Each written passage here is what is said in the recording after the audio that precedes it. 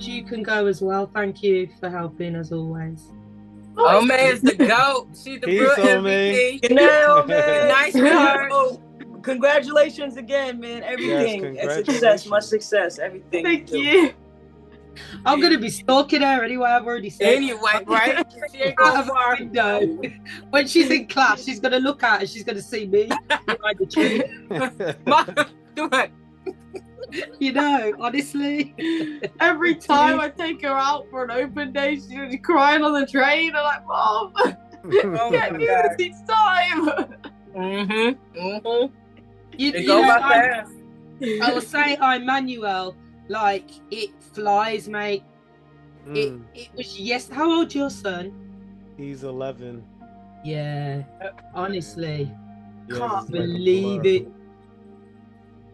She's at the age to actually leave home, and when you're so in the middle of enjoying them, you never see it coming. Bye, Omo. Bye. Just talk about you, not to you.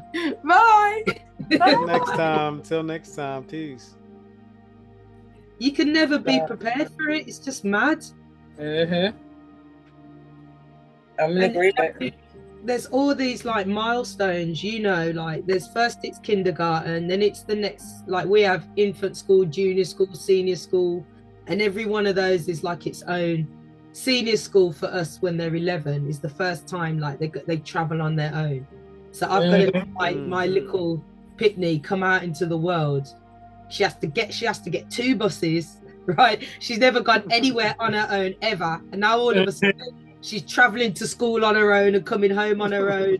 And you have to let them do it. You can't stop them from doing it. Or you damage them. Do you know what I mean? So it's like this uni thing. I've got to let her do it because it's going to be the best thing ever. But I really want to just lock her in the house and say, "You're never leaving. You're never going anywhere." Never. So yeah, are there any reflections that you want to share that haven't been shared throughout the show about each other's performances or about intimacy that you haven't had a chance to say? I just want to say this was a beautiful performance. Everyone just really brought their true, authentic, transparent selves. You know, I give thanks. I do. I give thanks for everyone involved, and I give thanks for the space. So I appreciate love everything. I'm just, you know, Holy Spirit say I'm just really, really, really blown away and in awe of our baby goddess, Anahata. You know, you are so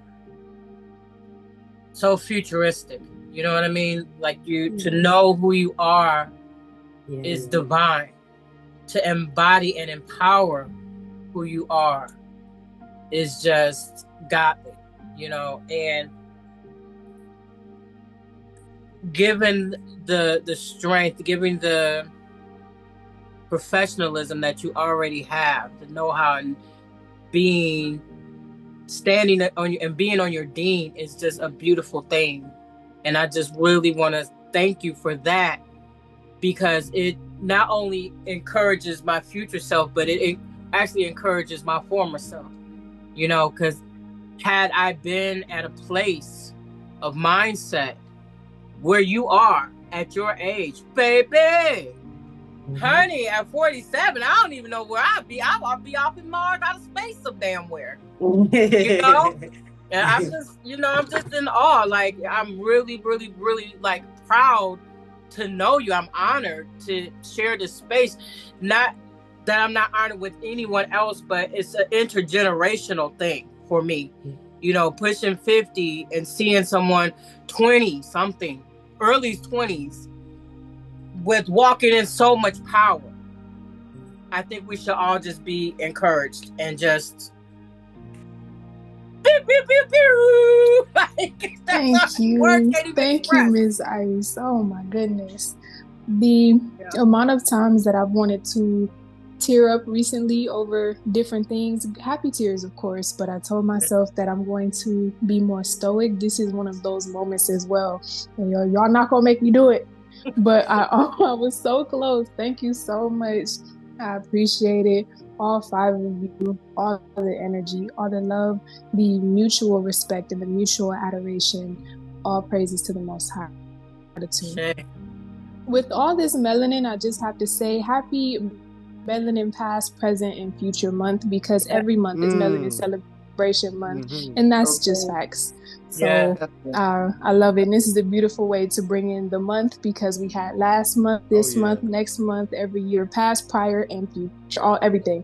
Past, prior, 400 years ago, 2,000 years ago, 50,000 years ago, and for another 700 to 800,000 years. It's all us. So I'm blessed. So this is You're never gonna look any different from where you are now. That's what happens. Like you just like Emmanuel obviously hasn't aged a day since he was 25. But you know, yes, we just don't age. It's amazing, man. Yeah, you can never tell. It's just so ambiguous. Because I had to wait for Adriana to let her age off. Because I was sitting there quietly going, oh, I feel like she's younger than me, but just shut your mouth, Caroline. It's mind-blowing. It's mind-blowing. But yeah, I think it is what Ms. I said, is that it is, we have to, against all the propaganda that is thrown our way, we have to see the light, we have to see the potential of what can be. And that's what you represent to us, I think, the goddess Anahata. And I would love at some point to meet your mother, honestly.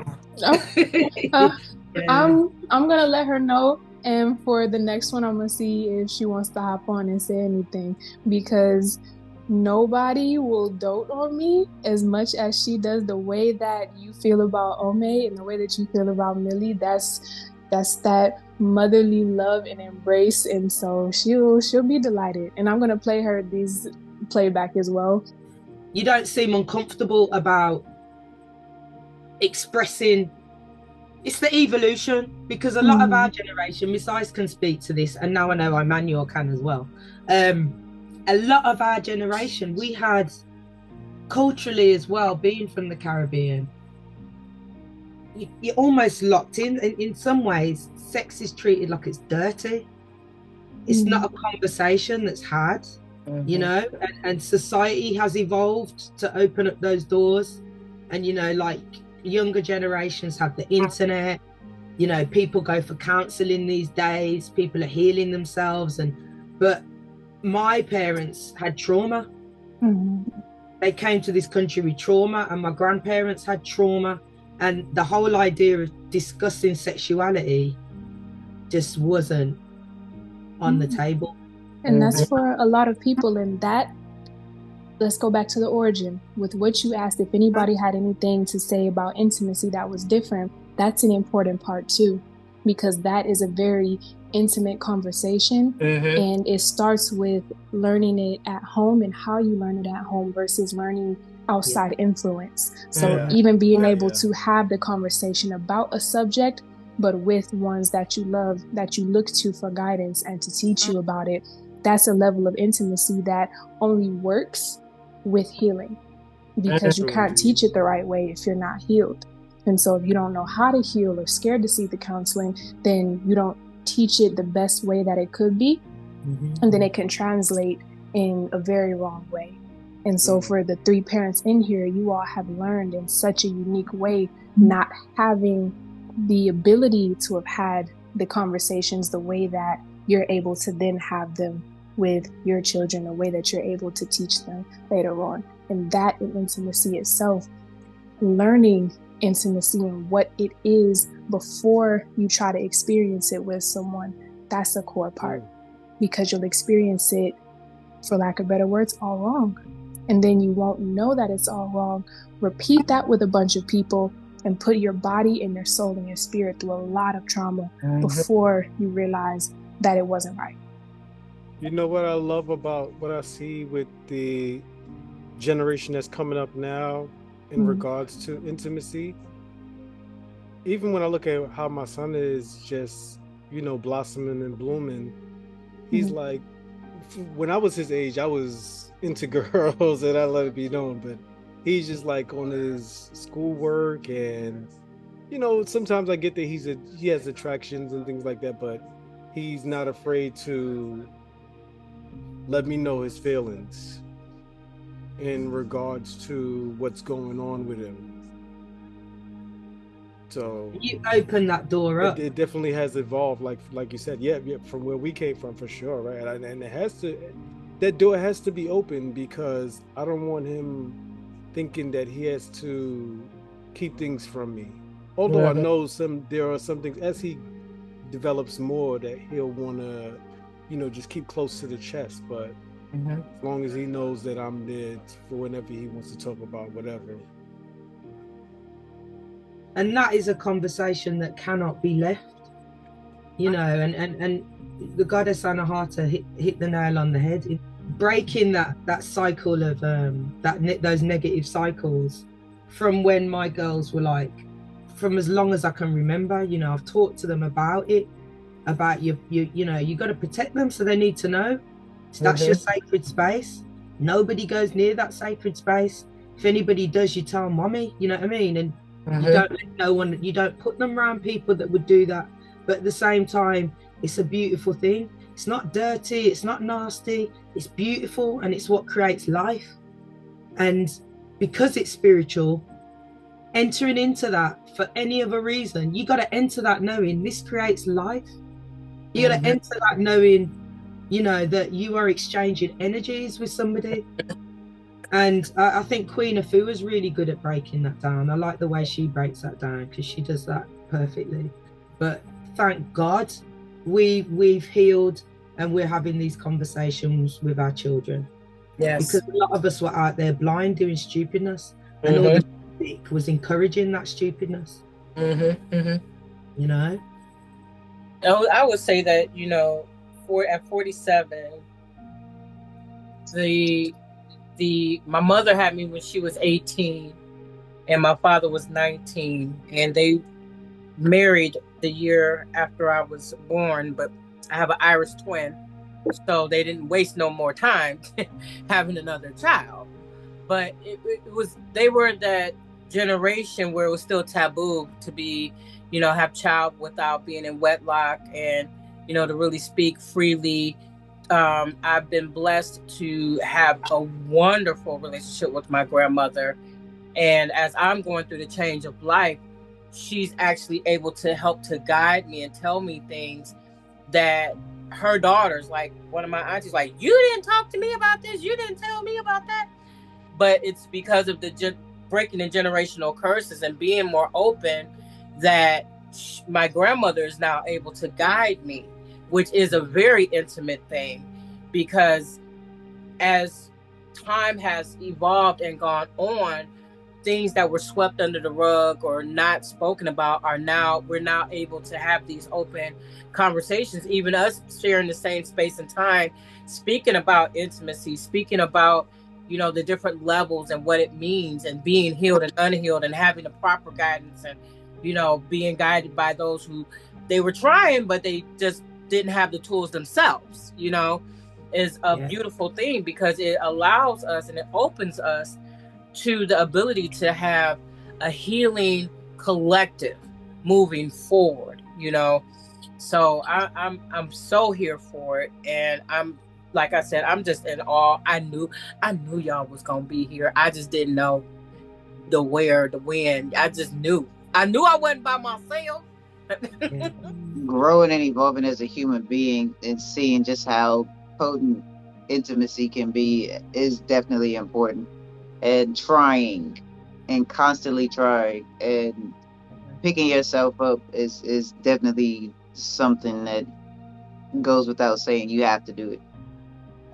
It's not a choice whether you should or shouldn't, in my opinion. The day you stop giving up on yourself is the day you stop giving up on opportunities like intimacy, like building bonds, like changing the narrative for your entire family or your dynamic.